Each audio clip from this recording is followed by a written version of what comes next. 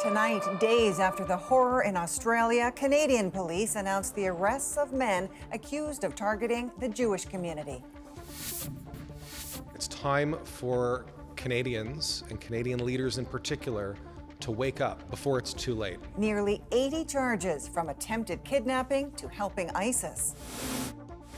If you're buying gift cards, police have a warning. Beware the barcodes. They're manipulating the cards with a sticker. The $20 actually goes to their master gift card. Storytelling and the environment. A titanic Canadian director's activism back on the big screen.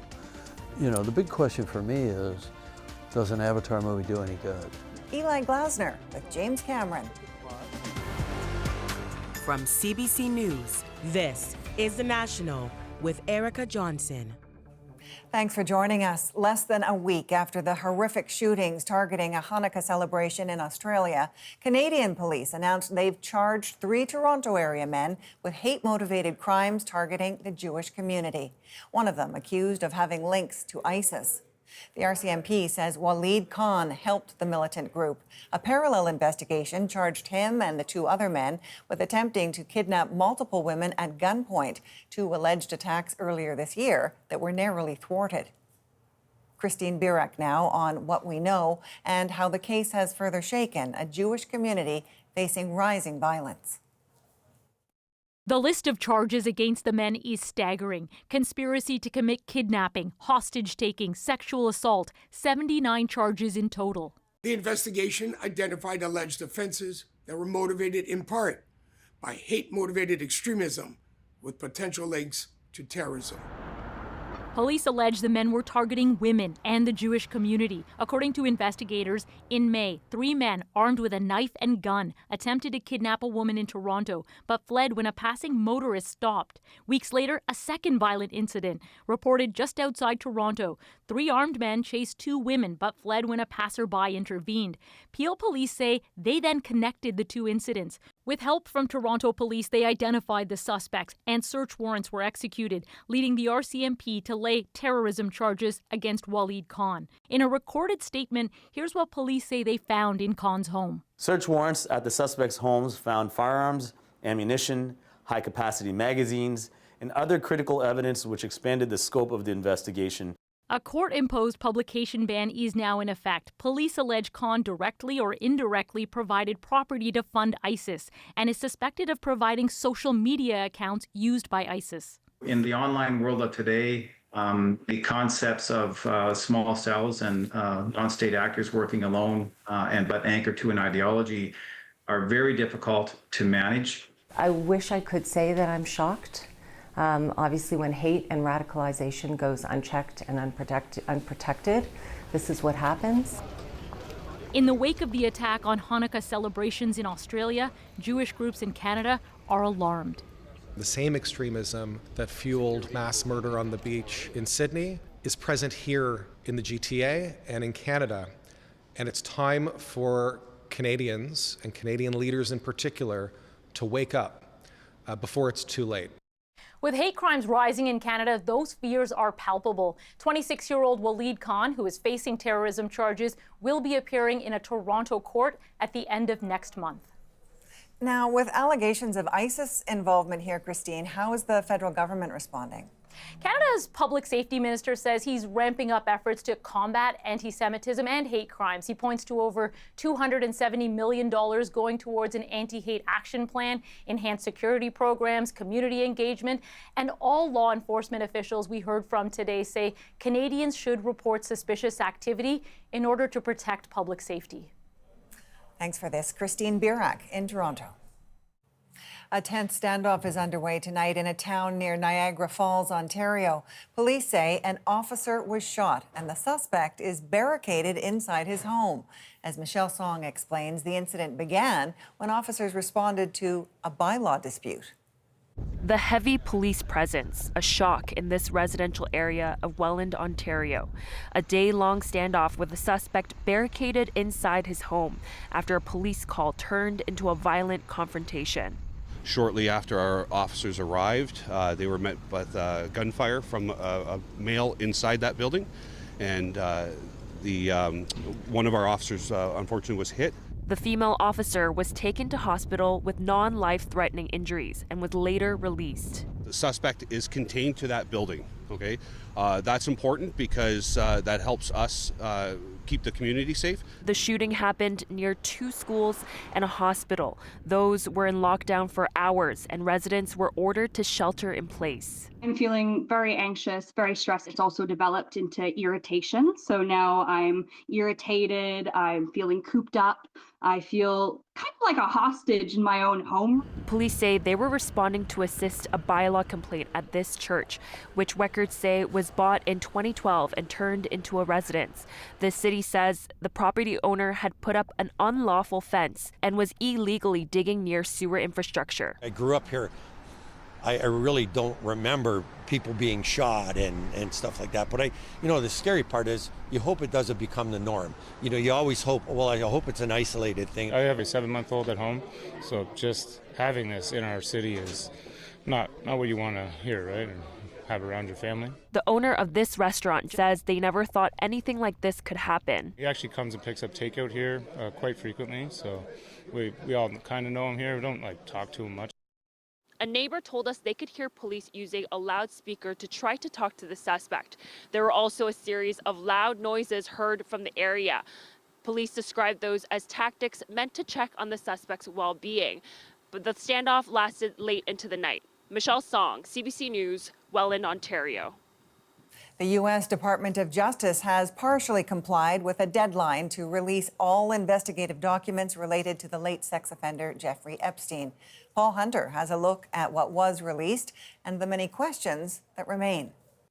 And so it is that Jeffrey Epstein files are out, at least some of them. Thousands and thousands of pages worth, salacious at times, indeed multiple times. Others seemingly mundane. But as many who've pushed for their release feared, much has been withheld. Nominally to protect the identities of Epstein's survivors or ongoing investigations, but much has also been left out for all to see, though almost all of it without context. This ad for a Florida strip club, a massage table, a brochure for a rape crisis center. Then there's this, on multiple pages labeled masseuses, fully 254 names blacked out. All of it now from the U.S. Justice Department and their investigative files on Epstein, the wealthy, convicted sex offender and accused sex trafficker who was found dead in a New York jail cell in 2019 awaiting trial. Speculation on what might be in the files centers on the powerful people who hung out with Epstein. Former U.S. President Bill Clinton is found multiple times, here in a hot tub, here with Epstein, here with a woman whose face was redacted, here with the late singer Michael Jackson and Diana Ross. Here's Epstein with Jackson, himself an accused sex abuser.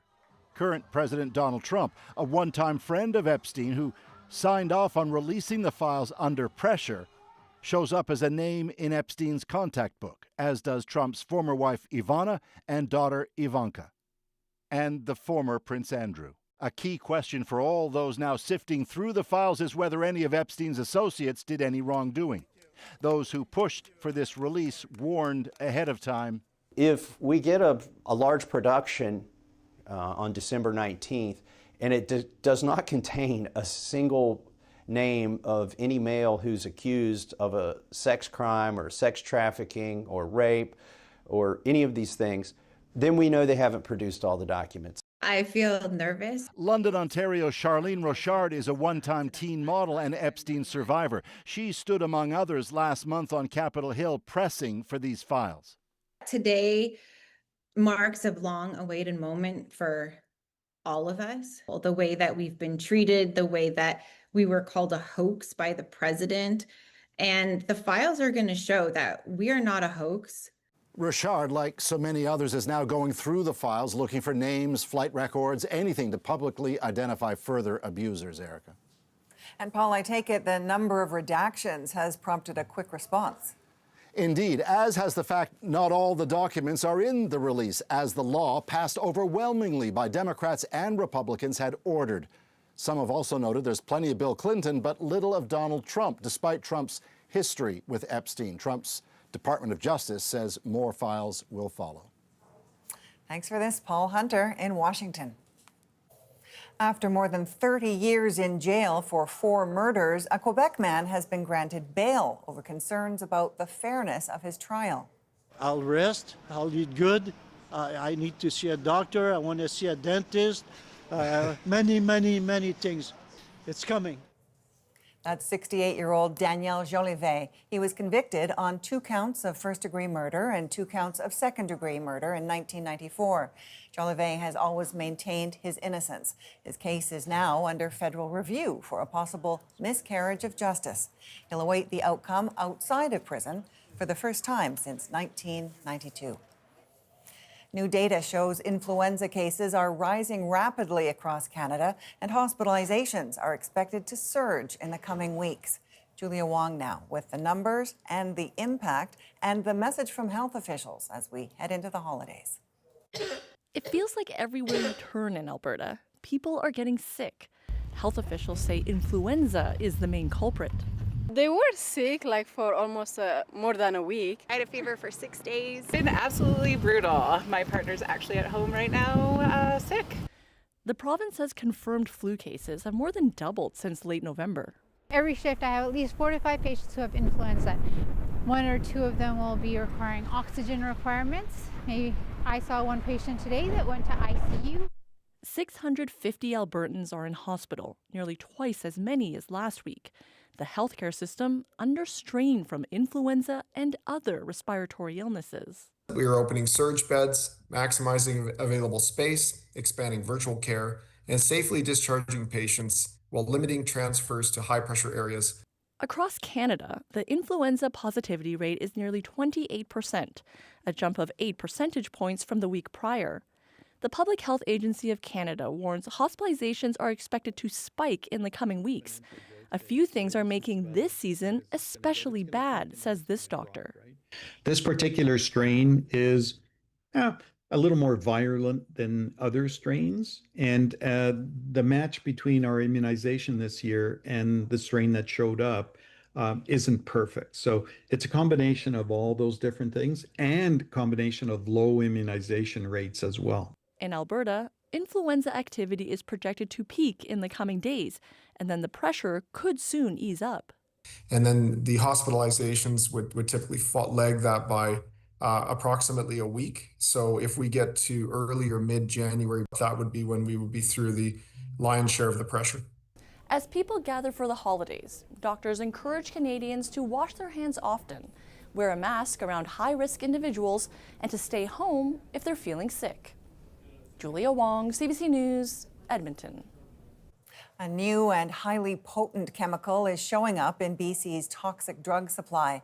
The animal tranquilizer is linked to a recent spike in overdoses. John Hernandez shows how the tainted drugs are being found across the country.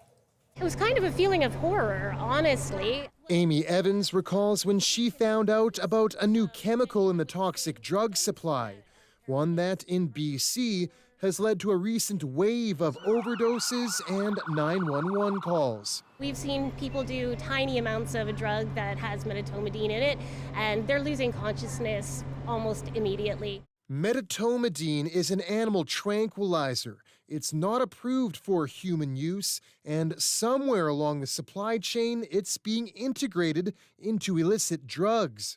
People are having overdoses, and of course we're responding as we normally would with naloxone, and that cancels out the fentanyl that's in the drugs that they've taken, but there's nothing we can do for the medetomidine. The overdose prevention site she runs is finding the tranquilizer in just about every drug being tested. Its implications, its effects on human beings are really not fully understood. This doctor says the overdoses can be longer and deeper, and the withdrawals are just as dangerous. It's accompanied by really high heart rates, high blood pressure, and potentially puts people at risk of even more concerning consequences like seizures or even theoretically death. Health authorities across the country have issued warnings about the sedative. Health Canada says it's becoming increasingly prevalent in drugs seized by police. Some experts say it's the byproduct of an illicit market that's constantly changing and profit-driven. What we're seeing are these completely unregulated markets that are controlled by drug traffickers, and they are just changing the recipe at will. I do think that we will see more and more deaths as time goes on because of medetomidine. A toxic drug crisis that's claimed more than 50,000 Canadian lives since 2016, with a new ingredient now flooding the streets. John Hernandez, CBC News, Vancouver. The IPC, the leading international body that classifies food crises, says the famine it detected in Gaza during the summer is over, but that it could return. The situation remains critical. We have an estimated 1.6 million people living with acute food insecurity, including at least 100,000 children who are expected to suffer from acute malnutrition in the next 12 months. Nevertheless, the IPC report points to notable improvement, with families getting 2 meals a day, up from 1 in July. Israel, which denied there was ever famine in Gaza, disputes some of the findings, saying it is letting in more than enough aid. European leaders have struck a deal to send billions in interest-free loans to Ukraine. This comes the same day Vladimir Putin delivered a lengthy annual address. Briar Stewart on his familiar message about the prospect of peace with Kiev. In his annual marathon news conference, Vladimir Putin spoke for hours, but mostly repeated the same messages he's been delivering for years. He said Russia does not consider itself responsible for the loss of life in Ukraine, claiming it didn't start the war. But it is, of course, Russia that has been trying to seize an even greater part of Ukraine, leaving embattled cities in ruin. This is Kostiantynivka in the Donetsk region. The burnt-out equipment shows the ferocity of the fighting here. So too do the freshly dug graves. The sound of drones overhead is so constant that the few still living here simply carry on. The Russians hit over there. It's always like this, said this man. On Friday, EU leaders agreed to loan Ukraine 90 billion euros or 145 billion Canadian dollars over the next 2 years. But the bloc didn't agree on the contentious issue of using the frozen Russian assets. Ukraine will only repay this loan once Russia pays reparations. Ukraine's President Volodymyr Zelensky was in Poland thanking Kiev's allies. Around the same time, Ukraine's intelligence service released this video, saying for the first time it used aerial drones to target a Russian shadow tanker in the Mediterranean Sea. Putin claims Russia is ready for peace, saying it's now up to Ukraine and its Western allies. The U.S. continues to steer negotiations with talks scheduled for this weekend, but it's Moscow that still refuses to agree to even a temporary ceasefire. Briar Stewart, CBC News, London. A new warning tonight about a gift card scam, just in time for the holidays. I think it's a pretty significant scam. It's going on throughout the country. What we know about the scheme and how you can protect yourself, next. What a CBC News visual investigation reveals about the leaders of a Canadian nationalist club. This is graphic stuff, but let's hear from the leaders of Second Sons in their own words. And Canadian director James Cameron, his new Avatar movie, and his concerns about what's happening right now in the U.S. You know, the big question for me is, does an Avatar movie do any good? We're back in 2.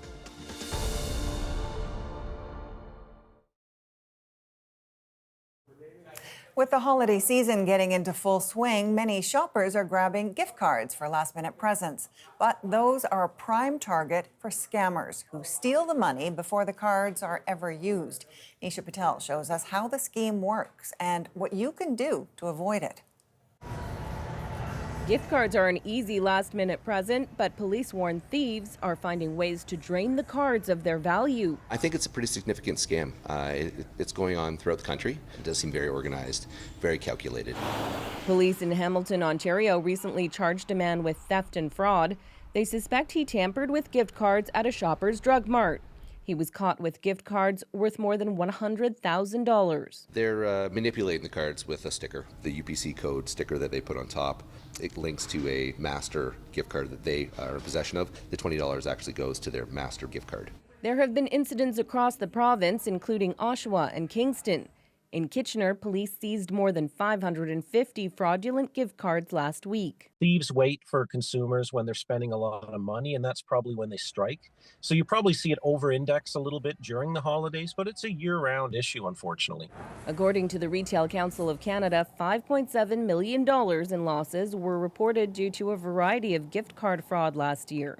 One of the country's largest retailers, Loblaw, told CBC News in a statement that its teams are trained to recognize signs of tampering and other fraudulent activity involving gift cards and work to intercept suspicious transactions before purchase. Retailers will try to use countermeasures by keeping some of the cards behind glass. I've even seen one retailer put the cards in a type of packaging that you can't open. Shoppers can take some precautions, inspect the packaging for signs of tampering, check that the pin isn't exposed and there's no sticker over the barcode, and keep the receipt as a proof of purchase. Retailers may not refund fraudulent gift cards, so perhaps 'tis the season to gift good old-fashioned cash. Nisha Patel, CBC News, Toronto. U.S. officials are on the lookout for companies that may be trying to evade tariffs at the border. Mistakes are more dangerous now than they were in the past. We'll take you behind the scenes next. James Cameron asks whether his new Avatar movie can make a difference in this moment. I think it might give some people in the audience sort of pause before they vote for some idiot. And a CBC News investigation exposes the leaders of a pro-Nazi nationalist club in Canada. And what we found, you have to hear it for yourself. The National breaks down the stories shaping our world. Next.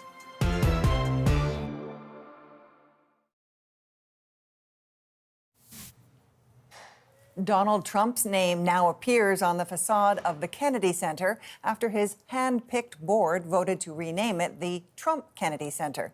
Some legal experts say only Congress has the authority to do that because one of its laws created it. In a social media post, John F. Kennedy's niece, Maria Shriver, called it beyond comprehension. Earlier this month, Trump's name was also added to the U.S. Institute of Peace Building. Some Canadian manufacturers are facing a challenge navigating U.S. tariffs at the border. Chris Ensing looks at how tariffs are being enforced and why paperwork is no longer just routine. At North America's busiest border crossing, thousands of trucks are screened daily. Some are sent into secondary for x-rays. Others unload skids into a Detroit warehouse. U.S. Customs and Border Protection hunting for potential tariff evasion. And that's what they will be doing, is they'll just say this is an auto part, bypassing the steel tariffs currently. This company may be incorrectly claiming an exemption under CUSMA instead of the 50% steel tariff. Officials will investigate and could lay an enforcement action. That's the tariff with interest and a fine. The investigation comes down to paperwork that was once a routine task, now a high-risk activity. If you get them wrong, you need to be able to prove that it was merely administrational oversight and that there was nothing malicious behind the mistake. That's something that's new in the past few months. Historically, getting paperwork wrong was looked at as an administrative error. A company could face a penalty, but there was no tariff to enforce. Penalties continue at nearly the same rate year over year, but the cost to companies is on the rise. Mistakes are more dangerous now than they were in the past. Tariffs have led to layoffs at this Ontario auto parts plant, but the paperwork required for cross-border shipping, it's led to 2 new hires. Not only is the money, it is the tension, the stress it creates. Back at the warehouse, between skids, they take calls seeking clarity on complex tariff classifications. I can find something wrong one day and it's worth like, I don't know, $1,000 in extra duty. But then the next day I get back $2,000 because the law is changing. An example of the shifting nature of cross-border shipping amid trade uncertainty. Chris Ensing, CBC News, Detroit. Now it's time to dig deeper into the stories shaping our world. A Canadian nationalist group masking dangerous rhetoric online. And their agenda, quite explicitly, is ethnic cleansing in Canada. A CBC visual investigation unit pulls the veil back on the second sons. But first... And we will find another way. Canadian filmmaker James Cameron returns with a new Avatar movie. The environmental themes echo his real-world fears about Trump and climate change denialism. I mean, we're heading toward a dark age. Eli Glasner sat down with the famed director in Toronto to talk about the film's message and America's retreat from climate action. I want to go back, I guess, about 50 years. That 19-year-old teen named Jim. I mean, looking at this beautiful image and the world you created. And that all started with a dream? Yeah, I mean, I think that it was a dream, and I'm talking about like a dream, like a REM sleep, dream, of a bioluminescent forest. And I was so taken by it that when I got up, I drew it and painted it and that sort of thing. And it kind of stuck in the back of my mind. And then years later, I was looking to write a story that would take place on another planet with imaginary creatures that we could bring to life through CG. But dreams are quite important to you, actually. Oh, absolutely. Yeah, dreams and storytelling and character and emotion. I feel comfortable in both hemispheres of my brain. There's part of me that's very technical, and I'm very comfortable with engineering projects. I get excited by those.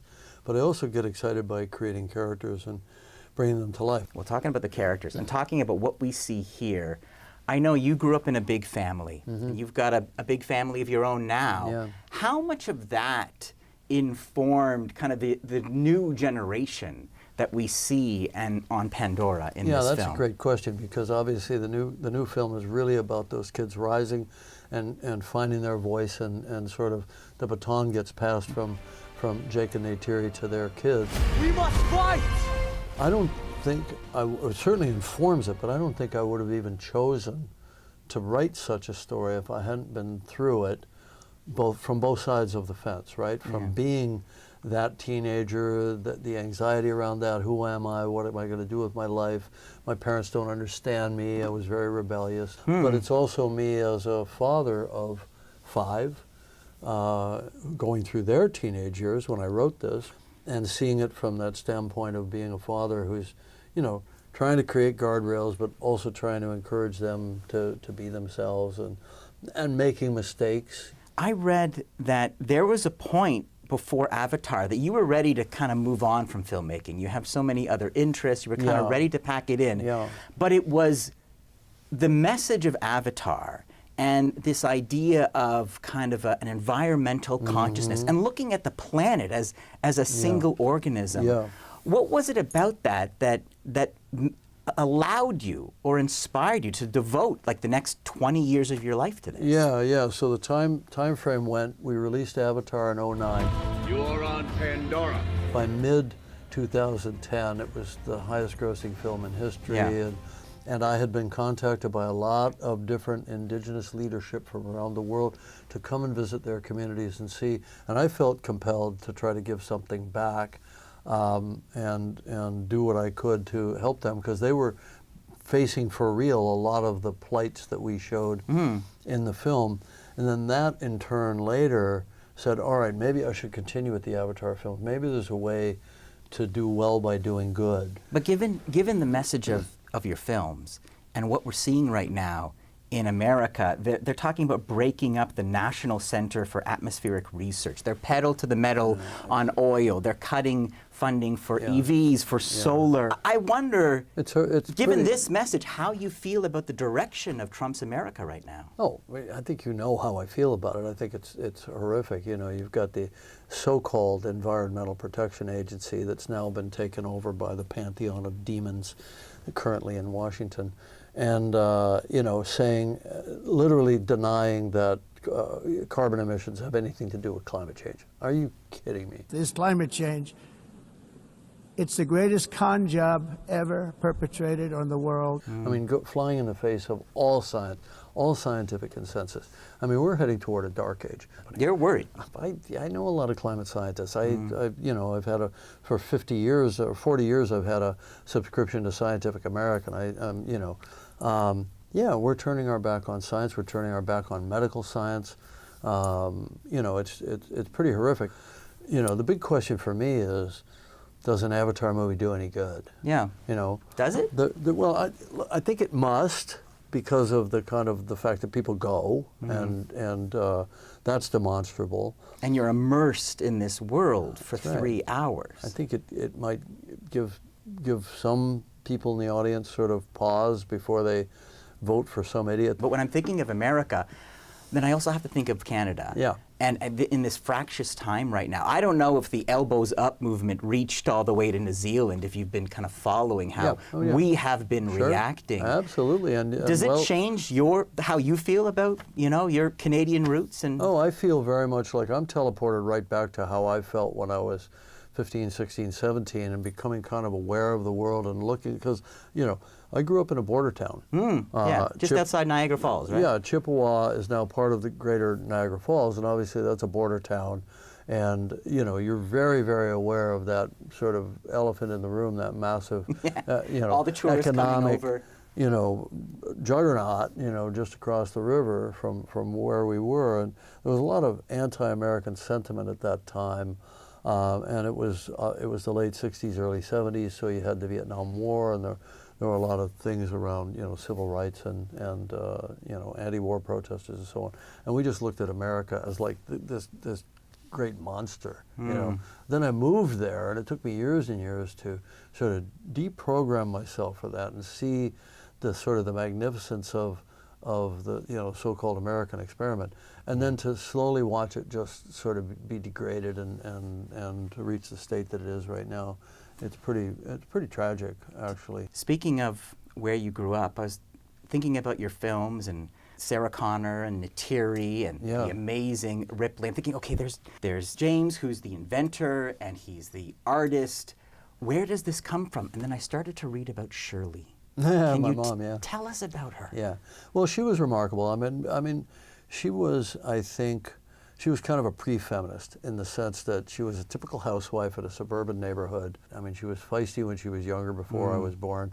Among other things, she used to race stock cars. It sounds like a character 50s. from your film. Oh, sure, yeah. And she was an artist, right? And so she was an your artist. creative background. Yeah. So, she was the one who encouraged me as an artist. So do you think Shirley's spirit is why so many of your films have these kind of kick-ass women? Yeah, look, I think that's the simple kind of Freudian explanation. But I also think that as a writer facing the challenge of writing women, I just thought, don't write a woman, just write a human in full, right?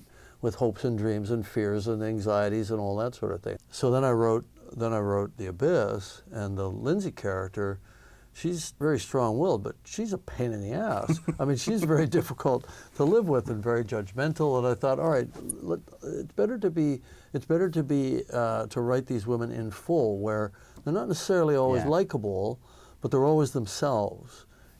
Speaking of being a pain in the ass, I say with all respect, you've said I was an asshole in the 80s. Have you mellowed? Of course they picked that one up, You said it. True. And by the way, I don't even think I was an asshole in the 80s. I think I had bad days, as anybody would under that kind of pressure. It's the greatest pressure you can imagine. And it took me a while, took me a few years actually, to figure out that I didn't get to take that out on other people. What I love about you is so much of your career has been just being motivated by what's cool and being, it's like there's a kid at heart there, and you don't like doing things you've done before. But then what does that mean for you in the future of this franchise? The scripts for 4 and 5 are written. You're willing to stick around in Pandora? Hell yeah. I've already written the damn scripts. They're great. You won't believe it. And you can stream Eli's full extended interview with James Cameron now at cbcnews.ca or on our YouTube channel. A Canadian nationalist club is on the rise with Nazi connections and extremist rhetoric.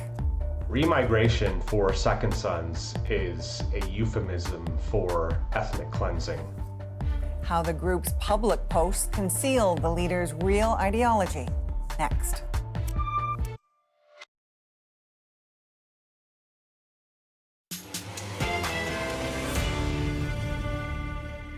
Canadian nationalist group Second Sons is raising its profile with carefully crafted social media posts. But behind that, the leaders have a different message. Indicating that you'd be willing to use violence and support violence to remove people who are non-white from the country, I don't think there's any question that would constitute hate speech.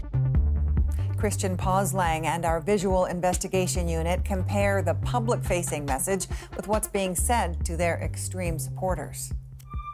A Canadian nationalist club called Second Sons is growing across the country, standing for what they say is the birthright of their ancestors. But that's just its public face. On its leaders' personal podcasts and live streams, things are a bit different. The Nazis were right. Yes, violence is the answer. We washed ourselves in n***'s blood. We downloaded over 200 episodes of their online shows and analyzed it all. Because if all you see is the group's social media posts where they celebrate veterans and Canadian history, you're only getting half the story. Now, we want to warn you, this is graphic stuff, but let's hear from the leaders of Second Sons in their own words. So what is this group really about? To find out, we focus on its leaders, Jeremy McKenzie, president of Second Sons, and Alex Vrend, vice president. We use automated code to collect their available podcast and live stream episodes over the last 2 years, and use AI tools to transcribe them and look for keywords. Then we log them into spreadsheets and listen to every snippet to verify them. This took us a couple of days, and what we found, you have to hear it for yourself. Because Second Sons has never praised Hitler or the Nazis on its social media posts, but its leaders are a different story. The Nazis were right to support their own people. The Nazis were right to imply that Germany is for Germans. No Jews. No Jews. Very simple. Do not trust them. And these aren't isolated instances. We find hundreds of similar statements. F the Jews. F you. F your Holocaust. And here's Vrend on the Holocaust.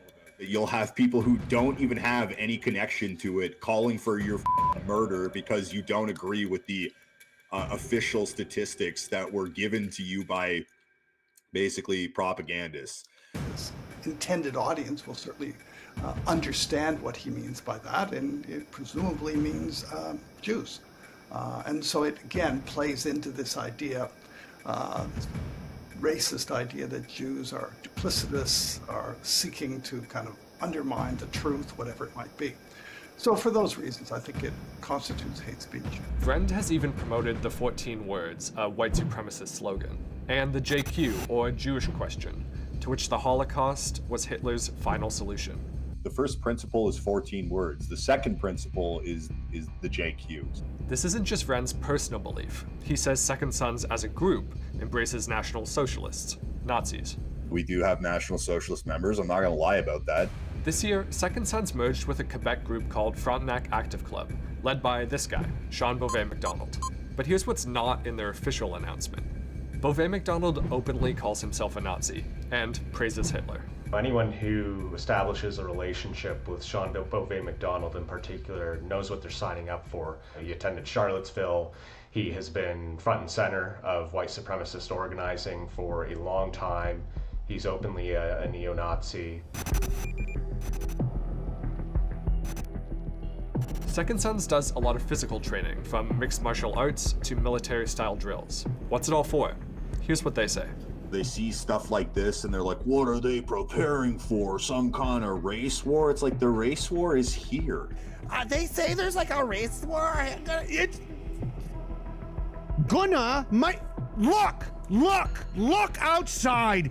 Back in October 2025 alone, Second Sons Canada claimed that they had approximately 2,000 people sign up for Second Sons, and their agenda quite explicitly is ethnic cleansing in Canada.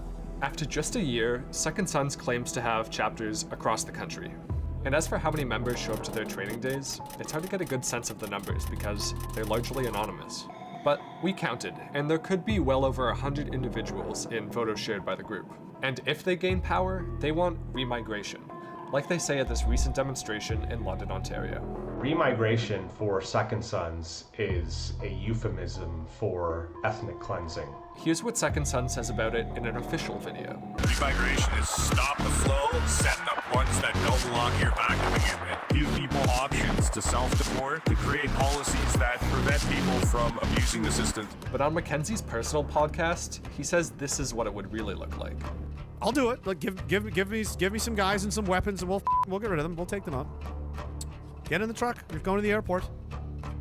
Make me. Okay. Bang. Anybody else? Anybody else not want to go to the airport? Who wants to go to the airport?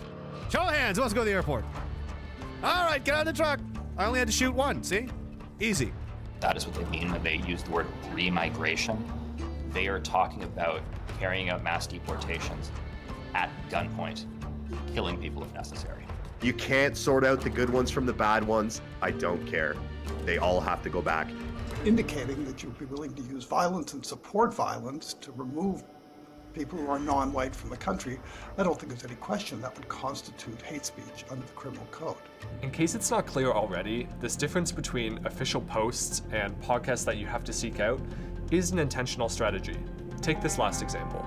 In October, Second Sons held these demonstrations at CBC offices. It's their most popular Facebook post ever, with over 19,000 likes. Second Sons is consistently critical of the CBC, but that's not the only thing going on here. Its leaders admit that this is propaganda for a public audience. Listen to this. They were professionals. We're there to deliver a message and produce a piece of propaganda to be disseminated online. They say this messaging reaches normies, but they also say it's just the tip of the iceberg for their real beliefs. But there are guys within the club who have their normie friends coming up to them and be like, yo, check these guys out. This is awesome, which means we're gaining traction. Okay, that's good, but also there's a lot more to what we're about than hating CBC, so maybe you should do a little bit more research into our positions. What do you make of that sort of, I guess, tension between their real-world outreach and actually becoming part of the group? He's essentially making it clear what their strategy is with this Second Sons group. In environments where they might feel a little bit more comfortable, for example, during their live streams, making it a little bit more clear that, you know, their goals that they're trying to seek are actually quite harmful and dangerous. Our visual investigation unit also found that the group's leader, Jeremy Mackenzie, urged people to arm themselves and said police should carry out deportations to India, quote, at gunpoint. When we come back, we're counting down our 12 most popular moments of the year, starting with a furry first in the snow. Just by body language, you could tell that they were really excited. They were very curious. The moment, right after the break.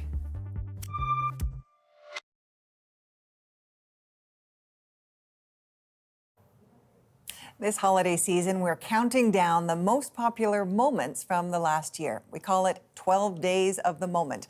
And we're starting things off tonight with rescued sea otters seeing snow for the first time.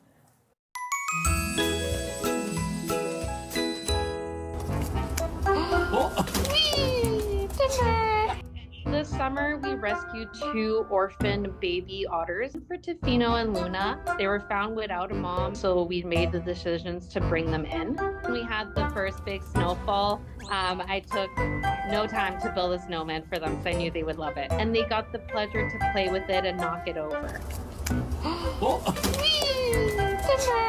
They were a little bit hesitant initially because it was pretty much bigger than them, but Tofino didn't take long for pushing it over for sure. I don't know if it's because they're so fuzzy or if they're so playful or the vocals that they do is so cute, but they definitely capture the heart of most people. Just by body language, you could tell that they were really excited. They were very curious. Sea otters have one of the densest fur in the animal kingdom, so they really enjoy anything that's cold. When it snows outside, they love to roll around in it and play in it because they love that cold feeling. They're definitely one of the cutest animals that I have the pleasure to work with. They sure are. It is apparently a tradition to build snowmen for the sea otters. The staff say they build snowmen for all the animals, but they enjoy it the most with the sea otters. And if you would like to check them out, the Vancouver Aquarium has a live sea otter cam on YouTube. I've looked at it, and it's fairly entertaining. So something to do this weekend. From all of us at The National, thank you for being with us. I'm Erica Johnson in Vancouver. Take care.